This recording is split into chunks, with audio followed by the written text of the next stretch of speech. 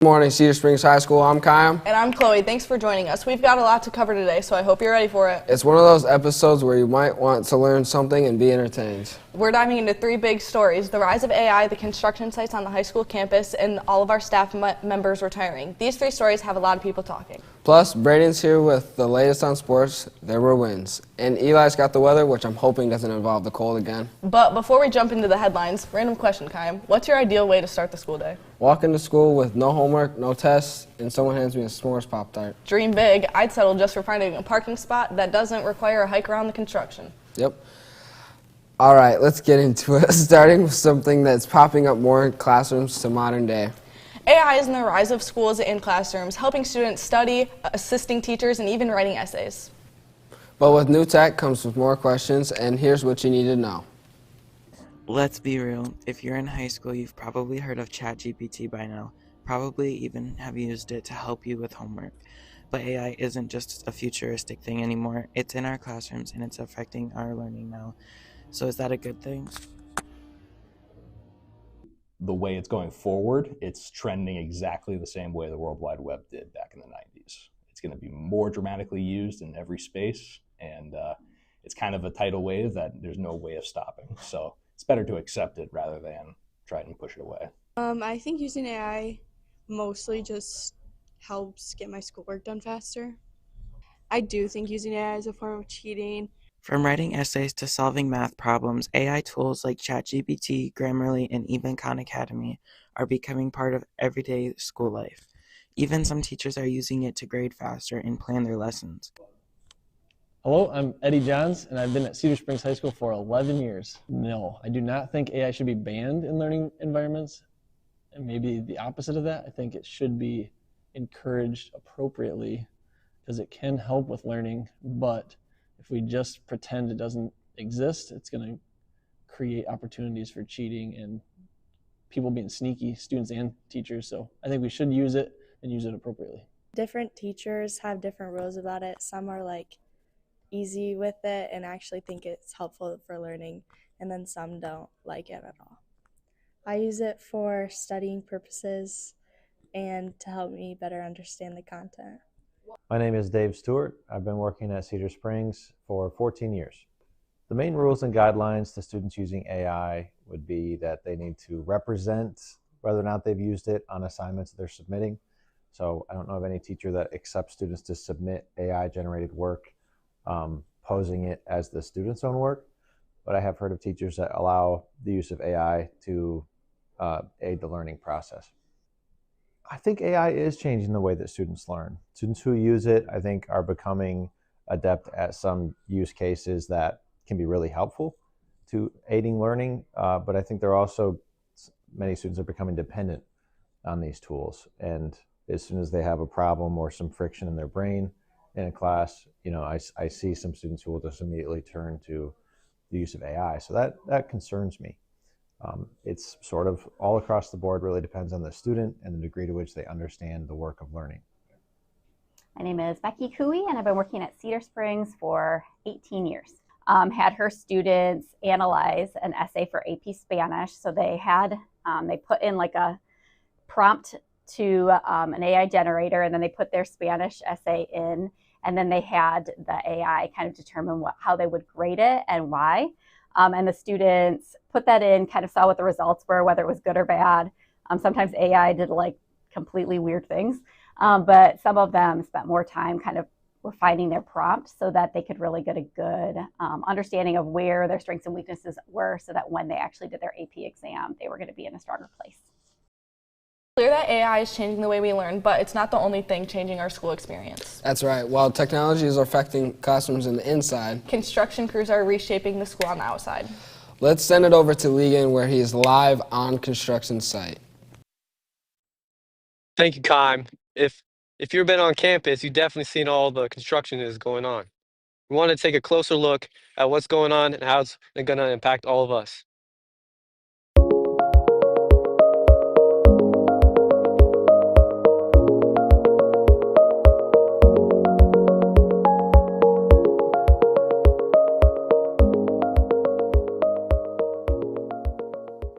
Cedar Springs High School is undergoing a transformation that will bring new opportunities for learning growth and community engagement. This project is more than just a building, it's a commitment to enhancing the experience for our students and providing them with the resources that both promote academic and physical development. The new weight room will feature state-of-the-art equipment, spacious layouts, and modern amenities to support student athletes and physical education programs. We're also adding more parking spaces to accommodate the growing number of students, staff, and visitors, making campus easier to access and more convenient. Once completed, these new facilities will provide a safer, more accessible, and well-equipped campus, ensuring our students have the resources they need to both succeed inside and outside the classroom. My name is Brandon Trent, BRANDONTRENDT. My name is Noah Mallory, NOAHMALLORY.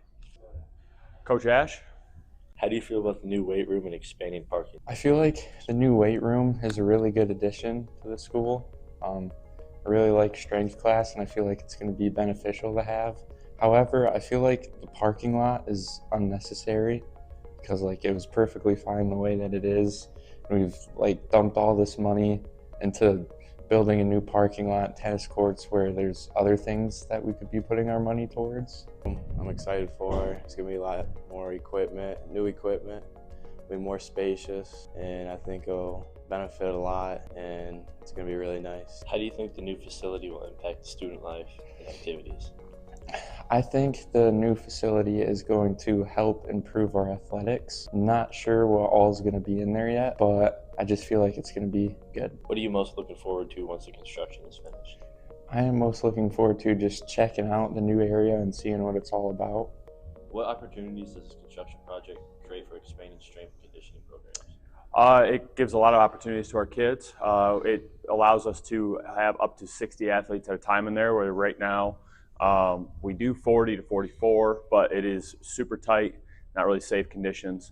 The new turf space will allow us to do a lot more of our speed work in a safe environment rather than in hallways. It allows us to have a more team-based environment with all of our different athletes training at the same time, as opposed to having to kind of flow different groups in there at different times throughout the day.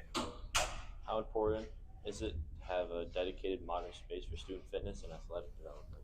I think it's a really good opportunity for our kids to have a space in the school that is completely kind of shut off from the rest of the academic world, if that makes sense.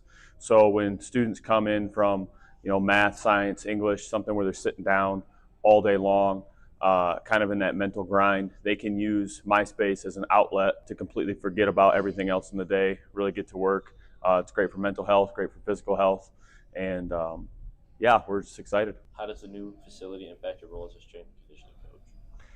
It allows me to really kind of get really creative with my programming. A lot of the stuff that we do will remain the same. Simple is best when it comes to strength conditioning. So our main movements will always be the main movements, but it will allow some of our sports science stuff to kind of take the next step as a program with a lot more data tracking with certain things, adding in some new explosive movements, a lot more rotational stuff with our new jammer arms. It'll allow some of our students to kind of take the things that they like and expand it, as opposed to kind of being put in a box.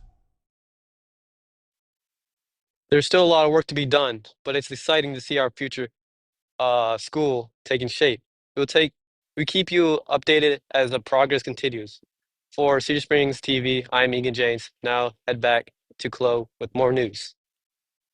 Thanks, Egan. So while the campus keeps changing around us, one thing that's always consistent, our school spirit. Whether it's on the field, on the court, or the track, our athletes are putting in serious work. Let's shift gears from construction zones to end zones. Here's Braden with a look at what's happening in sports.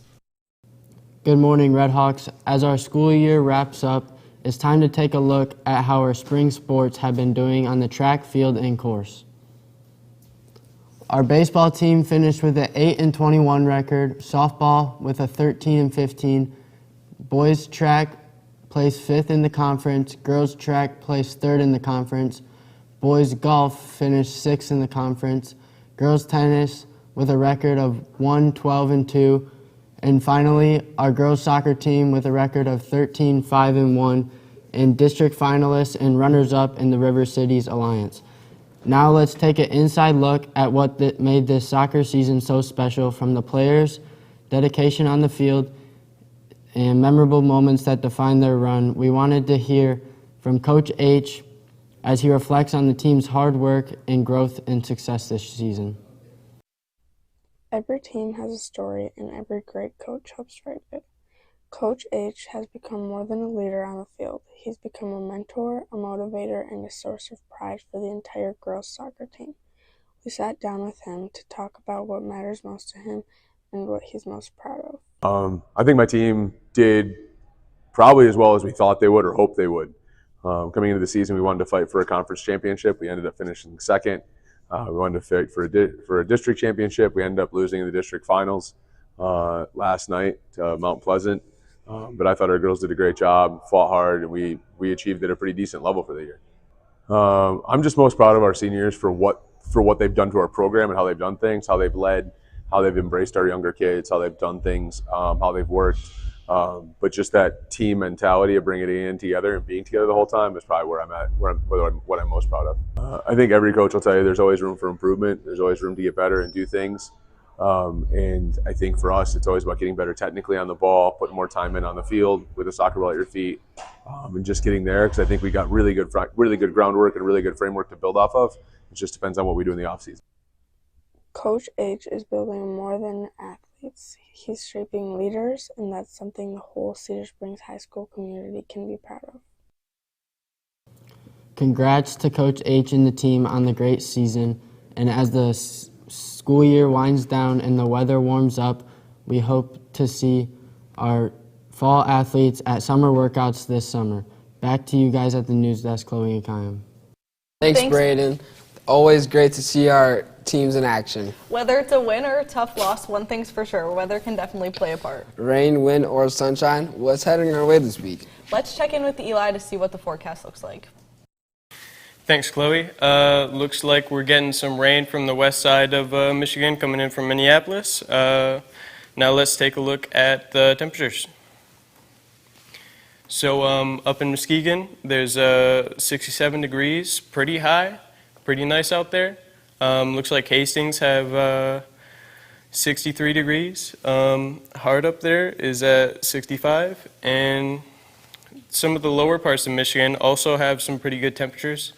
So yeah, it looks pretty good. So let's go to the 7-day commute. Today is the highest temperatures of the week, so 87 and warm and windy. Looks pretty clear. Tomorrow there's going to be likely storms, so look out for that.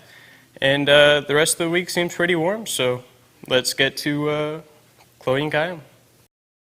Thanks, Eli. Looks like we're in for some sunny days and pleasant days ahead. Perfect weather for celebrating some special milestones here at school. That's right. This year, several of our longtime staff members are retiring after years of dedicated services. Let's take a moment to recognize their hard work and hear what they have to say about their time here at Cedar. Cedar Springs bids farewell to 3 pillars of the community this year: Mr. Taylor, Mr. Duffy, and Mr. Busen, all leaving behind a legacy of dedication and inspiration for generations of students. Well, first of all, I had no aspirations of going to college, but I started coaching little kids basketball, and so that kind of got me in a position where I really wanted to do that. So I thought in order to be a coach, I had to be an educator, and so I decided to major in math, even though I only took one math class in high school, and that was Algebra 1. But I was out for 5 years, and I was the first person in my family to ever go to college. And so, Mike Duffy, Mike Duffy. That education equals opportunities. So the more education you have, the more choices you have and what you want to do with that education. So the changes have been pretty dramatic. However, kids are still kids. They all want to do great things. They all have dreams. They all have ambitions. I just think that for so many, we've forgotten how to be kind to one another, and to reach out and help, to rejoice in other people's successes, and to communicate.